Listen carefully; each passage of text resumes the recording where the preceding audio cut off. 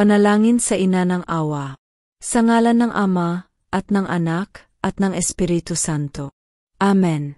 O mahal na Ina ng Awa, sa iyo po kami lumalapit na may kababaang loob at pananampalataya.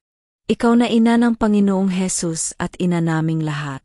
Sa bawat luha ng aming puso, ikaw ay aming takbuhan. Ina ng mga naapi, Ina ng mga nagdurusa, Ina ng mga nagkasala at naghahangad ng pagbabago. Yakapin mo po kami ng iyong walang hanggang pagkalinga. Sa gitna ng aming kahinaan, ikaw ang aming lakas. Sa panahon ng kawalang pag-asa, ikaw ang aming tanglaw. Sa oras ng pagsubok at tagakagulo, ipinagkakatiwala po namin sa iyo ang aming mga buhay.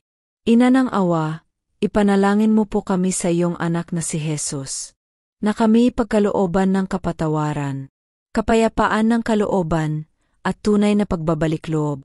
Tulungan mo po kaming maging mahabagin din sa aming kapwa, katulad ng iyong walang sawang pag-unawa at tag-aruga sa amin. Sa ilalim ng iyong kalasag ng awa at tagmamahal, kami payapang nagpapahinga at umaasa. O Ina ng Awa, huwag mo po kaming pabayaan. Ipanalangin mo po kami, ngayon at sa oras ng aming kamatayan. Amen. Sa ngalan ng Ama, at ng Anak, at ng Espiritu Santo. Amen.